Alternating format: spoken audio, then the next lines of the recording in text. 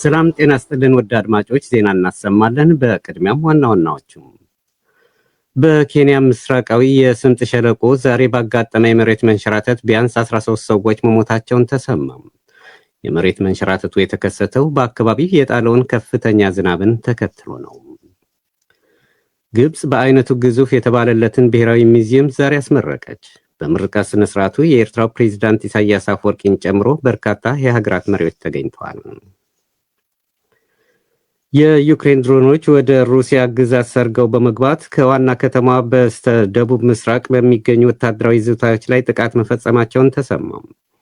እንዲህ አይነት የድሮን ማዕበል በመጠቀም ጥቃት ሲካሄድ በአንድ ሳምንት ጊዜ ውስጥ ለሁለተኛ ጊዜ መሆኑን የሩሲያ ባለስልጣናት ተናግረዋል። በኤርላንድ ጽንፈኛ መጠይጠል የተባሉ ወጣቶች በአካባቢው በሚገኝ የተገን ጠያቂዎች መኖሪያ ቤት ህንፃ ላይ ጥቃት መሰንዘራቸው የሀገሪቱ መንግስት ባለስልጣናት አስታወቁም። መንግስት ድርጊቱን በጣም የሚረብሽ ክስተት በማለት አውግዞታል። ዜና በዝርዝር። በኬንያ ምስራቃዊ የስምጥ ሸለቆ ዛሬ ባጋጠመ የመሬት መንሸራተት ቢያንስ 13 ሰዎች መሞታቸውን ተሰማ። የመሬት መንሸራተቱ የተከሰተው በአካባቢው የጣለውን ከፍተኛ ዝናብ ተከትሎ ነው። የኬንያ ፖሊስ ኮሚሽን ኮሚሽነር ፒተር ሙሊንግ ለሮይተርስ የዜና ወኪል እንዳሉት የአደጋ ጊዜ ሰራተኞች 19 ሰዎች ህይወት የታደጉ ሲሆን ቁጥራቸው በውል ያልታወቁ ሰዎች እስካሁን ደብዛቸው አልተገኘም። የኬንያ የሀገር ውስጥ ጉዳይ ሚኒስትር ኪምፓቹምባ ሙኮሜን በሰጡት መግለጫ ደግሞ ከአደጋው በህይወት የተረፉትን የማፈላለግ ስራዎችን የሚያግዙ ፖሊሶችና ሄሊኮፕተሮች መሰማራታቸውን ገልጸዋል። በኬንያ ባለፈው ዓመትም በተከሰተ ተመሳሳይ የመሬት መንሸራተት አደጋ 61 ሰዎች መሞታቸው መረጃዎች ያመለክታሉ። የአካባቢ ጥበቃ ተመራማሪዎች በበኩላቸው በቀጠናው እያጋጠመ ያለው የጎርፍና የመሬት መንሸራተት አደጋዎች ከአየር ንብረት ለውጥ ጋር የተያያዙ እንደሆኑ መግለጻቸውን ዜና ወክለዋል።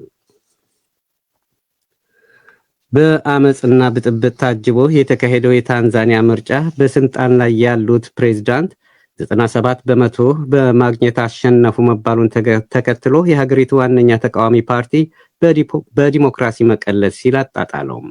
የቻዴማ ፓርቲ ቃል አቀባይ ለፈረንሳይ ዜና አገልግሎት እንደገለጹት ተአማኒነት ያለው ምርጫ ድጋሚ መካሄድ አለበት።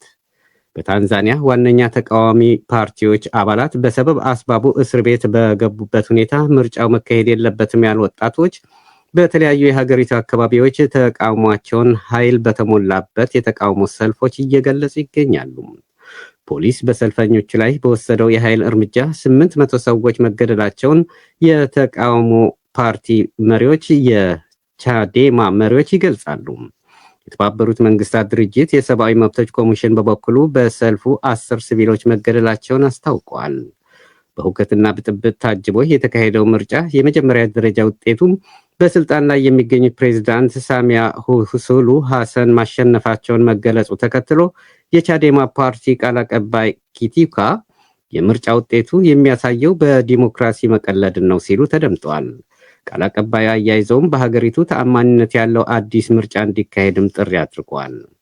የሀገሪቱ የውጭ ጉዳይ ሚኒስትር መሐመድ ታቢቲንኮ በበኩላቸው መንግስታቸው ተመጣጣኝ ኃይል እርምጃ በሰልፈኞች ላይ ወስዷል የሚለውን ውድቅ በማድረግ ይሁንና በግርግሩ ስለሞቱ ሰዎች ቁጥር ተጠይቀው ግን ከመናገር ተቆጥበዋል። ግብጽ በአይነቱ ግዙፍ የተባለለት ብሔራዊ ሙዚየም ዛሬ አስመረቀች። በምረቃ ስነ ስርዓቱ የኤርትራው ፕሬዝዳንት ኢሳያስ አፈወርቂን ጨምሮ በርካታ የሀገራት መሪዎች ተገኝተዋል። በግብጽ ዋና ከተማ ካይሮ በሚገኙ ፒራሚዶች አጠገብ የተገነባው ታላቁ የግብጽ ብሔራዊ ሙዚየም የጥንታዊት ግብጽ ስልጣኔን የሚያመላክቱ ወደ 50 ሺህ የሚሆኑ የዕደ ጥበብ ውጤቶችን ያሰባሰበ ነው ተብሏል። ሙዚየሙ የግብጽን የቱሪዝም ኢንዱስትሪ ያነቃቃል ነው የተባለው። የፕሬዝዳንት አልሲሲ ጽሕፈት ቤት ባሰራጨው መግለጫ የሙዚየሙ መመረቅ በሰው ልጆች ባህልና ስልጣኔ ታሪክ ልዩ ክስተት ነው ብሏል። ሙዚየሙ እንደ ጎርጎሮሳውያን አቆጣጠር በ2014 ወደ ስልጣን የመጡትን ፕሬዝዳንት አብደል ፋታህ አልሲሲ ከሚጎነባቸው ግዙፍ ፕሮጀክቶች አንዱ ነው።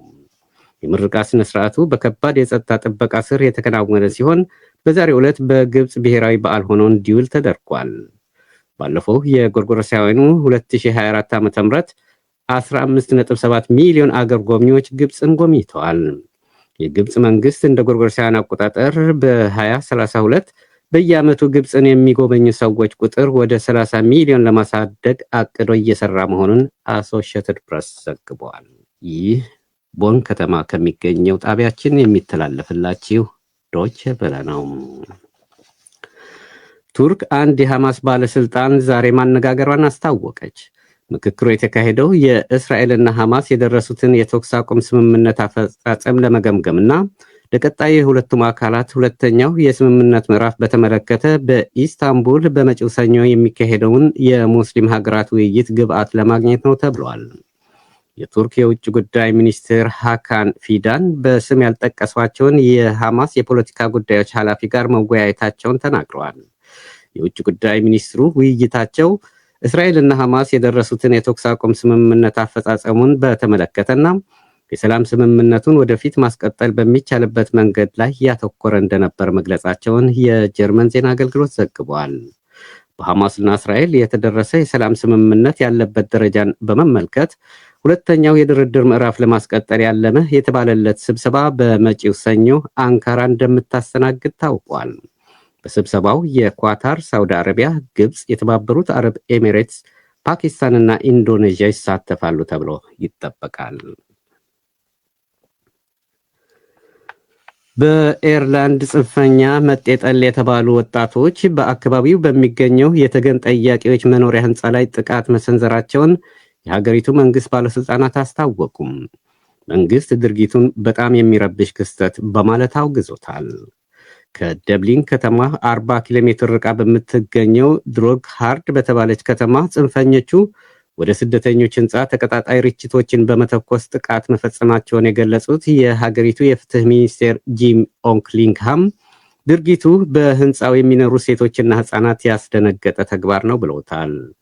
ጉዳዩ በፖሊስ እየተጣራ መሆኑን በማከል በጥቃቱ ምን ያህል ስደተኞች እንደተጎዱ ባይታወቅም ወደ ሆስፒታል የተወሰዱ ሴቶችና ህፃናት መኖራቸውን ታውቋል።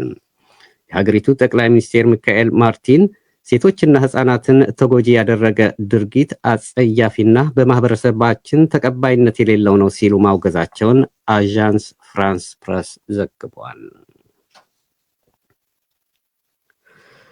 በቱርክ መጠለያ ጣቢያዎች ተጠለው የነበሩ ከግማሽ ሚሊዮን በላይ ሶሪያውያን ወደ ሀገራቸው መመለሳቸውን የቱርክ የሀገር ውስጥ ጉዳይ ሚኒስቴር አስታወቀም።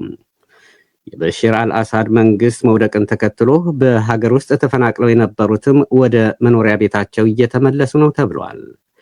የቱርክ የሀገር ውስጥ ጉዳይ ሚኒስቴር አሊ ያርኪሊያ ለፈረንሳይ ዜና አገልግሎት እንዳሉት በቱርክ 3.5 ሚሊዮን ሶሪያውያን በተለያዩ መጠለያ ጣቢያዎች ይኖሩ ነበረ።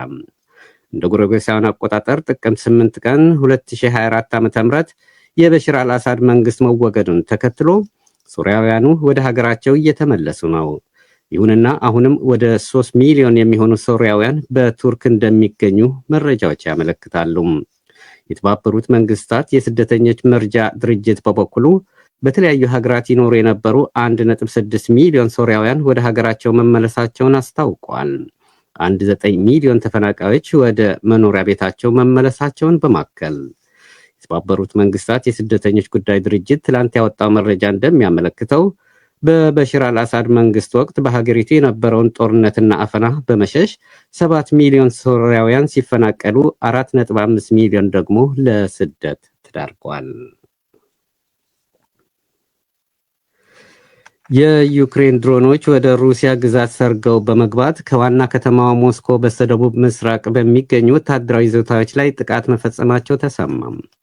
እንዲህ አይነት የድሮን ማዕበል በመጠቀም ጥቃት ሲካሄድ በአንድ ሳምንት ጊዜ ውስጥ ለሁለተኛ ጊዜ መሆኑን የሩሲያ ባለስልጣናት ተናግረዋል።